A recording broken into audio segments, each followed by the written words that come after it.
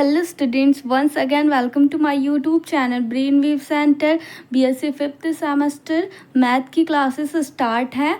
तो उसमें हम लोगों ने कल की क्लास में हम लोगों ने बेसिक टर्म्स को समझा हुआ था कि पेपर 1 हमारा चल रहा है BSc 5th सेमेस्टर मैथ का पेपर 1 जो linear algebra and group and ring theory है।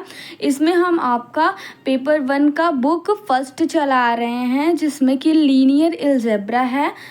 तो इसमें कल की लेक्चर में हम लोगों ने बेसिक टर्म्स को जो कि इस पूरे यूनिट में यूज़ होने वाला है या फिर कह लीजिए कि पूरे ही आपकी बुक में यूज़ होने वाले टर्म्स थे उनको मैंने कल की लेक्चर में करा दिया था कंप्लीट। जिन्होंने नहीं देखा है तो सबसे पहले उस लेक्चर को ज़रूर अटेंड कर लीजिएगा स्टूडेंट, क्योंकि वह वेरी मोस्ट इम्पॉर्टेंट है। ओके, क्योंकि वहाँ से अगर समझे रहेंगे तो आगे आपको और अच्छे से क्लियर होगा हर चीज़ें।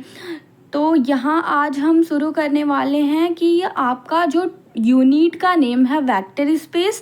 सो वेक्टर स्पेस होता क्या है उसको आज हम लोग जानेंगे और इसके 10 नियम या रूल कह लीजिए वो हैं, तो उसको हम लोग यहाँ पर डिस्कशन करने वाले हैं।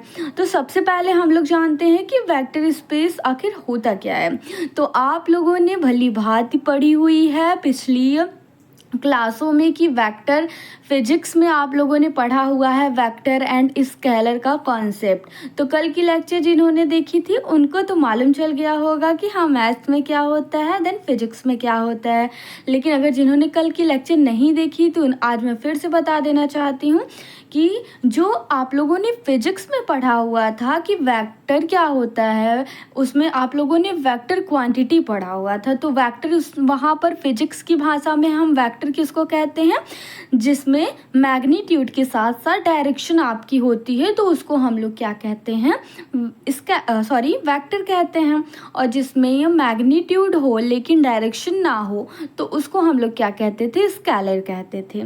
तो ये फिजिक्स की भाषा में थी। ओके, यहाँ पर हल्का सा इस डेफिनेशन को मैथ की लैंग्वेज में चेंज किया जाता है स्टूडेंट, क्योंकि ये मैथ्स है आपका प्रॉपर वे में न्यूमेरिकल बेस्ड होने वाला है। और वहाँ पर आपका जो था वहाँ पर हम लोगों को वेक्टर किस तरीके से दर्शाया जाता है, तो जैसे कि अगर हम लोगों को वेक्टर लिखना था तो जैसे ए वेक्टर, ओके, इस तरीके से दर्शाया जाता था, डेनोट किया जाता था। लेकिन मैथ्स में ऐसा नहीं है।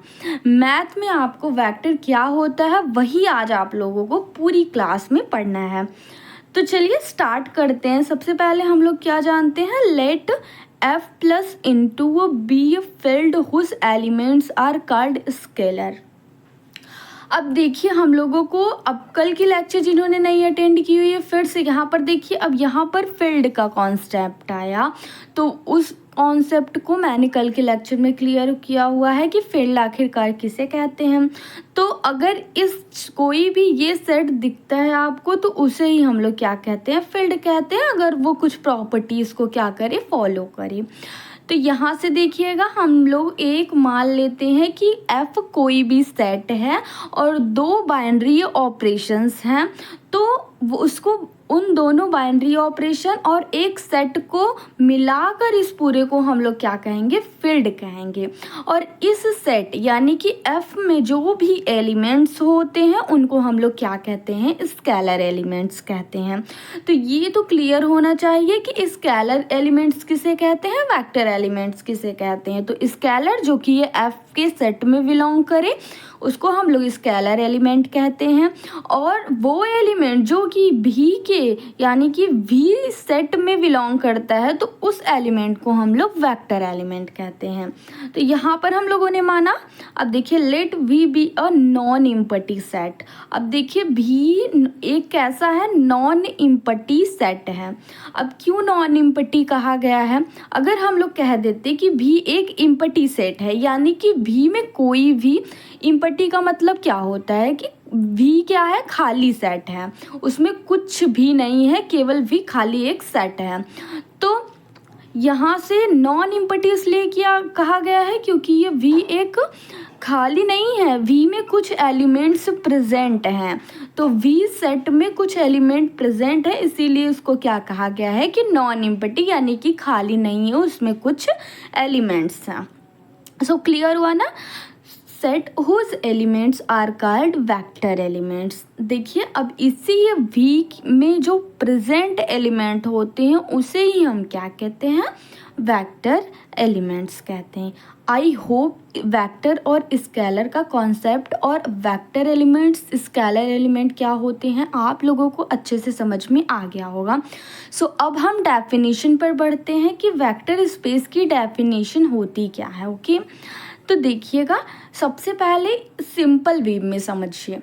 तो वेक्टर स्पेस क्या होगा, अगर मान लीजिए कोई भी हम लोग एक वेक्टर यानी कि हम वी का कोई सेट लेंगे क्योंकि हमें वेक्टर स्पेस की डेफिनेशन लिखनी है। तो हम लोगों ने मान लिया कि कोई भी एक नॉन एम्प्टी सेट क्या है, वी है, तो वो क्या कहलाएगा, वेक्टर स्पेस कहलाएगा ओवर द फील्ड एफ के ओवर द फील्ड एफ के रिस्पेक्ट में क्या कहलाएगा, वो वेक्टर कहलाएगा। If satisfy the following properties, अगर वो कुछ ऐसे फॉलोइंग प्रॉपर्टीज को क्या करता है, फॉलो करता है, तो वो क्या कहलाएगा, वेक्टर स्पेस कहलाएगा। जैसे कि अब कल के लेक्चर में हमने बताया था कि ग्रुप किसे कहते हैं, तो ग्रुप उसे कहते हैं कोई भी हम लोगों ने सेट माना हुआ था जी और एक स्टार बाइनरी ऑपरेशन, ये इसको हम लोग ग्रुप कहेंगे। कब कहेंगे, जब वो फोर प्रॉपर्टीज़ को क्या करेगा, फॉलो करेगा। वो फोर प्रॉपर्टी कौन कौन सी थी, closure, associative, existence of identity and existence of inverse. अगर ये फोर प्रॉपर्टीज़ को कोई भी सेट फॉलो करता है तो उसे हम लोग क्या कहते थे, ग्रुप कहते थे। तो सेम ए टू जेड हम लोग भी यहाँ पर कॉन्सेप्ट वही लगाएंगे कि वेक्टर स्पेस किसे कहते हैं, कोई भी एक नॉन एम्प्टी सेट हो गया वी और वो क्या कहलाएगा, वेक्टर स्पेस कहलाएगा ओवर द फील्ड पर जब वो कुछ प्रॉपर्टीज़ को क्या करेगा, सेटिस्फाई करेगा। अब देखिएगा इसको हम डेनोट किससे, रिप्रेजेंट किससे कहते हैं, वी एफ से इसको इस तरीके से इसको डेनोट किया जाता है। ये मैंने ये थोड़ा रियल नंबर का कॉन्सेप्ट ले लिया हुआ था, यानी कि इसको आप लोग ऐसे डिनोट करेंगे। ओके तो क्लियर ना। अब इसमें जो प्रॉपर्टी फर्स्ट है वो क्या कह रही है, देखिए सबसे पहले वेक्टर स्पेस होने के लिए क्या करना पड़ेगा, V comma plus is an abelian group under the addition, यानी कि इस वी सेट को सबसे पहले क्या होना पड़ेगा, एबिलियन होना पड़ेगा। क्या होना पड़ेगा, एबिलियन होना पड़ेगा, एबिलियन ग्रुप होना पड़ेगा। और किसके रिस्पेक्ट में, कौन सी बाइनरी ऑपरेशन आपकी यूज़ होगी, एडिशन बाइनरी ऑपरेशन, यानी कि वी को प्लस के रिस्पेक्ट में सबसे पहले एबिलियन ग्रुप होना पड़ेगा। पहली कंडीशन यही है वेक्टर स्पेस होने की। अगर कोई सेट दिया हुआ है आपका और अगर वो एबिलियन ग्रुप है तो वो क्या हो जाएगा, आपका वेक्टर स्पेस हो जाएगा। लेकिन अभी यहाँ तक नहीं हुआ है, कुछ प्रॉपर्टीज़ को और फॉलो करेगा तो वो वेक्टर स्पेस हो जाएगा। तो पहले तो यही प्रॉपर्टी फॉलो करनी चाहिए कि वी प्लस क्या होना चाहिए, कोई भी एबिलियन ग्रुप होना चाहिए। तो एबिलियन ग्रुप क्या होता है, फोर प्रॉपर्टीज ग्रुप की होल्ड करनी चाहिए और एक एक्स्ट्रा प्रॉपर्टी जो कि कॉम्यूटेटिव प्रॉपर्टी है वो होल्ड करना चाहिए। अगर ये 5 प्रॉपर्टीज होल्ड यानी कि फॉलो कर रही हैं तो वो सेट आपका क्या कहलाएगा, एबिलियन ग्रुप कहलाएगा। That's clear. सो चलिए देखते हैं हम लोग कौन कौन सी प्रॉपर्टीज़ हैं। हम लोगों ने कोई भी एलिमेंट मान लिया हुआ है, 2 एलिमेंट माना हुआ है, अल्फ़ा एंड बीटा और गामा, 3 एलिमेंट हम लोगों ने लिया हुआ है। ओके 3 एलिमेंट्स जो कि alpha beta gamma belongs to V, यानी कि वेक्टर के सेट में बिलोंग करते हैं। क्लियर। अब देखिएगा ए बी एंड सी कोई भी हम लोगों ने क्या मान लिया हुआ है, एलिमेंट मान लिया हुआ है जो कि किसका है, एफ का है, यानी कि फील्ड का कोई भी एलिमेंट है जो कि आपका ये एलिमेंट क्या कहलाएगा, वेक्टर एलिमेंट, एंड ये एलिमेंट आपका स्केलर एलिमेंट कहलाएगा। क्लियर। अब ये देखिए एबिलियन ग्रुप होने के लिए हम लोगों ने अभी कहा कि 4 प्रॉपर्टी ग्रुप की होल्ड करनी चाहिए। तो 4 प्रॉपर्टीज़ में फर्स्ट प्रॉपर्टी क्या है, क्लोजर लॉ। क्लोजर लॉ क्या होता है, alpha into beta, alpha comma beta जो कि ये बिलोंग करेगा वी में, तो ये क्या हो जाएगा, एडिशन के रिस्पेक्ट में यहाँ पर हो रहा है तो बाइनरी ऑपरेशन एडिशन। तो अल्फ़ा प्लस बीटा जो कि अगर इन दोनों को सम करेंगे तो ये भी हमारा क्या आएगा, वेक्टर का ही एलिमेंट आएगा, तो ये भी वेक्टर में ही बिलोंग करेगा। तो ये हमारी कहती है क्लोजर लॉ। तो ये हमारी क्लोजर लॉ हो गई। सेम एट इज इट ऐसे ही जैसे कि ग्रुप में आपका सभी चीज़ें होता था। सेकेंड है आपका एसोसिएटिव लॉ। तो let alpha and beta and gamma belongs to V, यानी कि वेक्टर एलिमेंट्स हैं, वी वेक्टर में बिलोंग कर रहे हैं, देन तब अल्फ़ा प्लस कोष्टक में beta plus gamma is equal to alpha plus beta plus gamma, ये इसके इक्वल आएगा। इसको हम लोग क्या कहते हैं, एसोसिएटिव प्रॉपर्टी। अब हम लोग क्या करेंगे, लेट कर लेंगे जीरो विद द आइडेंटिटी। हम लोग लेट क्यों किए हैं जीरो विद द आइडेंटिटी, कल की लेक्चर इसीलिए मैं कह रही हूँ बार बार कि अटेंड उसको कर लीजिए। 30 मिनट्स की लेक्चर है, सारी चीज़ें उसमें क्लियर की गई हैं। अब यहाँ पर मैं फिर से बार बार बताती चलूँगी तो लेंदी हो जाएंगी क्लासेस। अगर पहले से ही आप लोग बेसिक कॉन्सेप्ट को क्लियर करे रहेंगे तो आपको अच्छे से समझ में आएगी। तो यहाँ से देखिए जीरो, यहाँ पर एडिशनल क्या है आपकी, यूनिटी है। एडिशनल यूनिट आपकी क्या होती है, एडिशनल आइडेंटिटी जो होती है वो क्या होती है, ज़ीरो होती है आपकी। तो यहाँ से आपका आइडेंटिटी एलिमेंट ज़ीरो हो गया एडिशन के रिस्पेक्ट में, और मल्टीप्लिकेशन यहीं पर होता तो क्या हो जाता, 1 हो जाता। तो जीरो हम लोगों ने मान लिया, कोई भी आइडेंटिटी एलिमेंट है, देन तब यहाँ से देखिएगा अल्फ़ा कोई भी एलिमेंट वेक्टर का है जो कि वेक्टर स्पेस में बिलोंग करता है, देन तब ज़ीरो प्लस अल्फ़ा, यानी आइडेंटिटी एलिमेंट को जोड़ेंगे या फिर इधर से जोड़ेंगे या फिर इधर से जोड़ेंगे। तो आइडेंटिटी एलिमेंट के या तो हम मल्टीप्लाई करेंगे किसी भी एलिमेंट में, और या फिर इसको क्या करेंगे, एडिशन करेंगे किसी ये वेक्टर एलिमेंट के साथ में, तो वेक्टर का एलिमेंट ही मिलेगा।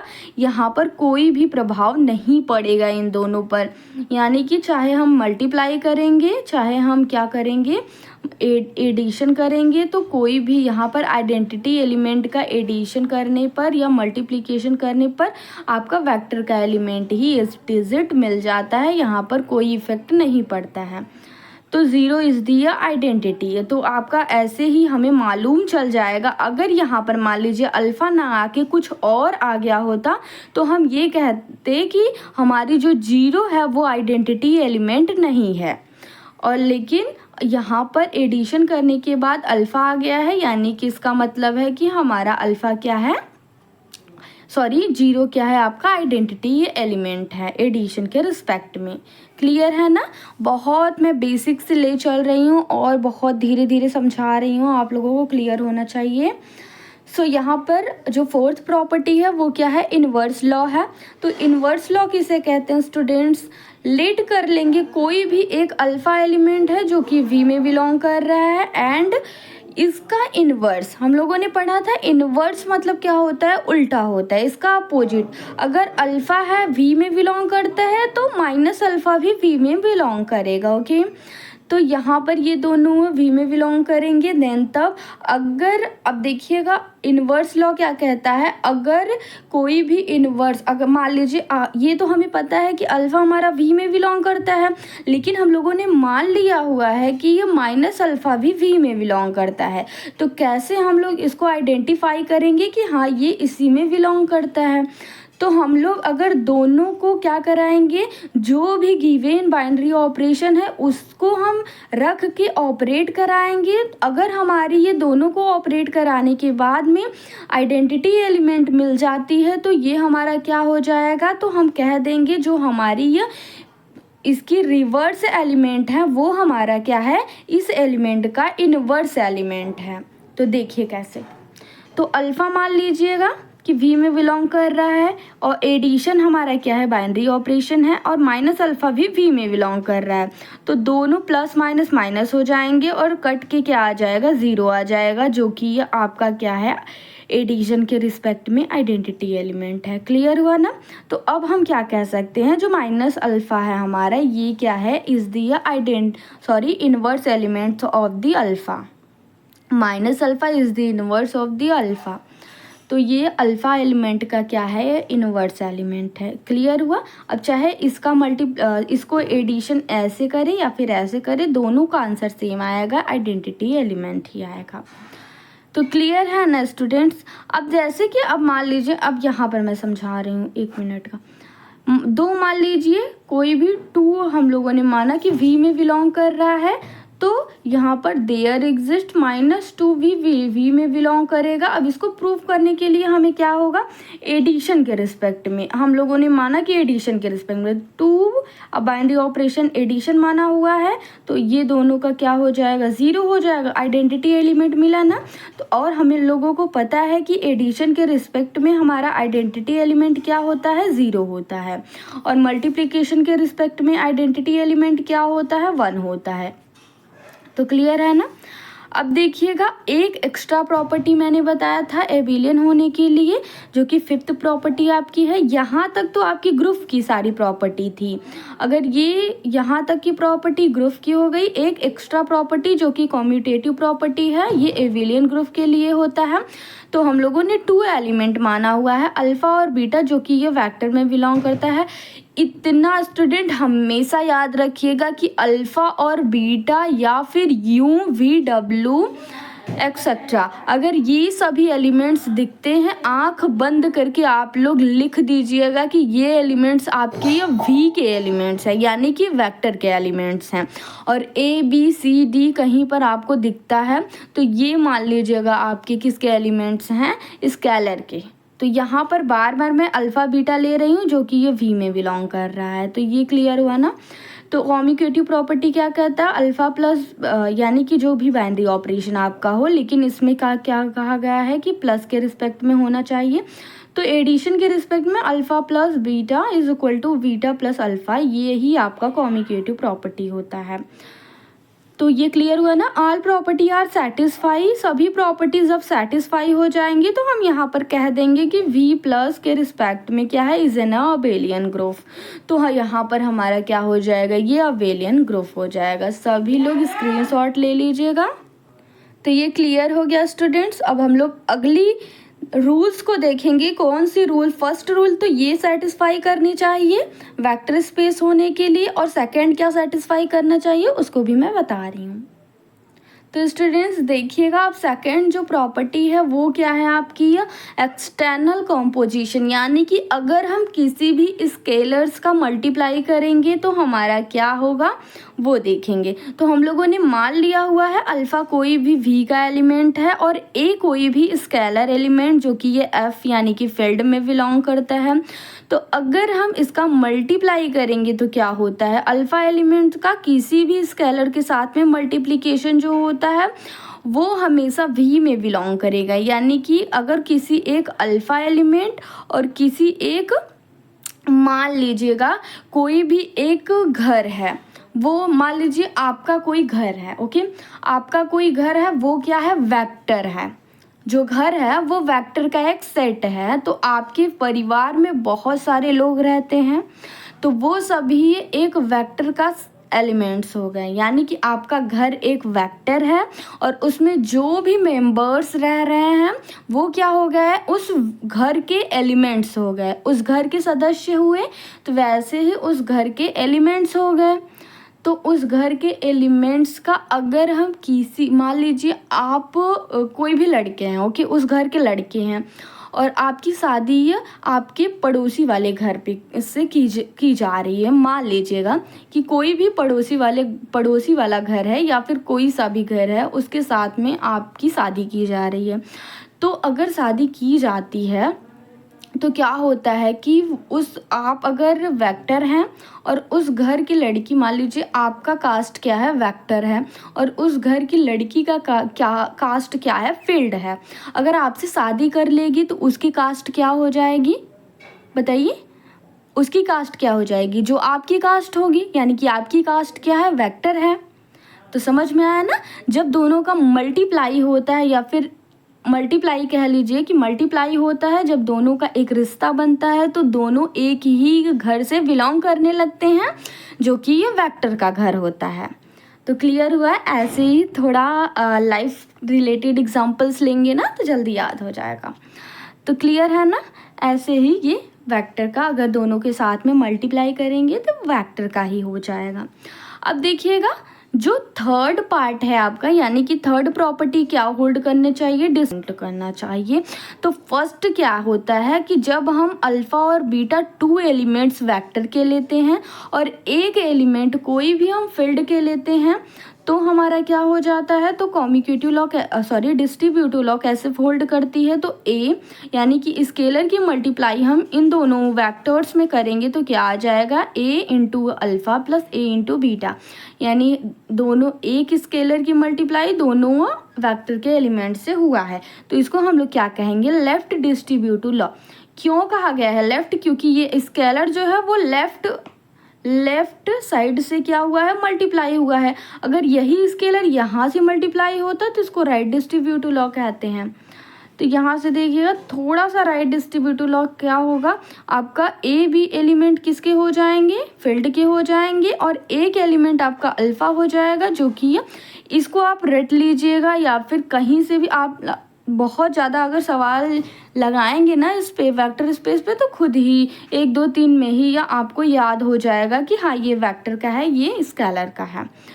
तो यहाँ से यही बात ध्यान में रखिएगा कि लेफ़्ट डिस्ट्रीब्यूटिव लॉ में क्या करते हैं हम लोग, एक बार ये मत याद रखिए कि लेफ़्ट क्या होता है राइट क्या होता है, ओके।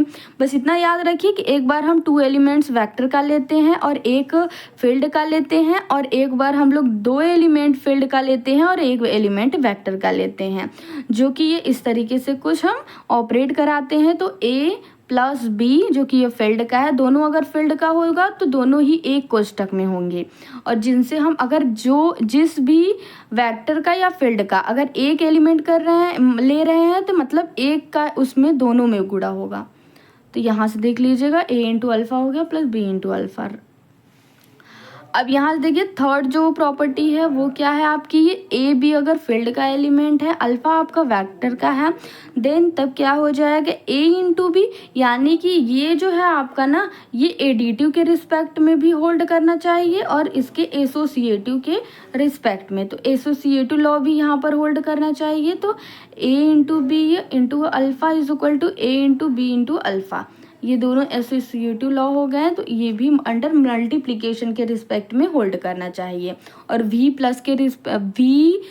प्लस के रिस्पेक्ट में होल्ड कर रहा था, यहाँ पर आपका प्लस लग रहा था, लेकिन यहाँ पर मल्टीप्लिकेशन के रिस्पेक्ट में भी होल्ड करें।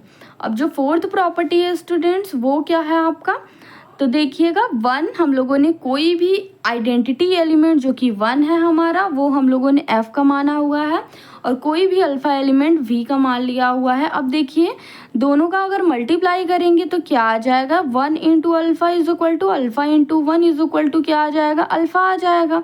अगर एक की मल्टीप्लाई किसी भी एलिमेंट में करते हैं तो वही एलिमेंट हमारी मिल जाती है, तो यही क्या हो जाएगा, तो हम क्या कहेंगे कि किस एलिमेंट से हम लोगों ने मल्टीप्लाई किया हुआ है तो कोई भी चेंजेस नहीं आया हुआ है। तो 1 एलिमेंट का जब हम लोगों ने 1 का अल्फ़ा के साथ में मल्टीप्लाई किया हुआ है तो कोई चेंजेस नहीं आया हुआ है, तो इसीलिए 1 हमारा क्या हो जाएगा, यूनिट एलिमेंट हो जाएगा, ओके, यूनिट एलिमेंट हो जाएगा ऑफ द फील्ड एफ।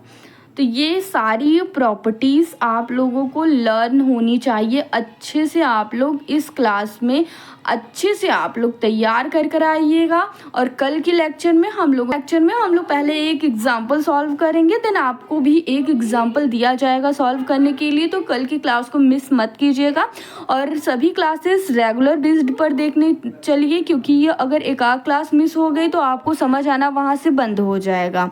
तो आप लोग इन 10 जो रूल्स बताए गए हैं और डेफिनेशन इसको अच्छे से लर्न कर लीजिएगा और अच्छे से समझ में लीजिएगा। और जहाँ कहीं भी ना समझ में आया हो वहाँ कमेंट बॉक्स में उस टाइमिंग के साथ में आप लोग मैसेज कर दीजिए, मैं उसको देखूंगी कमेंट को और फिर आपको समझाऊंगी अगेन, क्योंकि ये काफ़ी यहाँ पर थियोरेटिकल है। अब ये मत समझिएगा केवल एक ही बुक हमें थियोरेटिकल पढ़नी है, पूरी पेपर ही आपको थियोरी बेस्ड दी गई हैं, यानी कि 4 बुक आपकी थ्योरी बेस्ड है, 2 बुक आपकी थियोरी बेस्ड है, जिसमें कि टोटल आपके 4 यूनिट इस बुक के, 4 यूनिट उस बुक के, 8 यूनिट आपको थियरी पढ़ना है। सोचिए पूरा एक पेपर ही थियरी बेस्ड होने वाला है, तो काफ़ी इसका वेटेज ज़्यादा है। और ये जो आपका चैप्टर है काफ़ी स्कोरिंग चैप्टर है स्टूडेंट।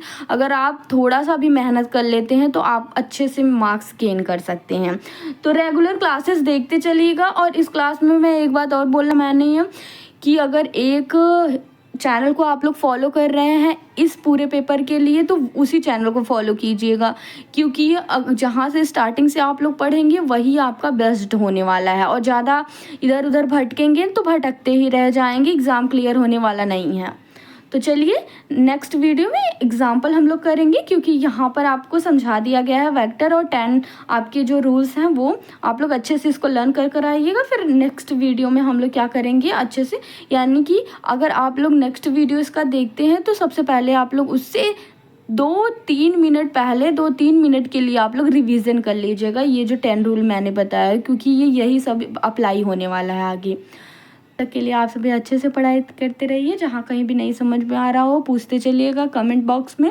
और ज़्यादा से ज़्यादा स्टूडेंट्स के साथ में शेयर कीजिएगा। चैनल को सब्सक्राइब नहीं किया है तो जल्द से कर लीजिएगा और बेल आइकन को ऑन कर लीजिएगा, ताकि चैनल की नोटिफिकेशन आप तक सबसे पहले पहुँचे।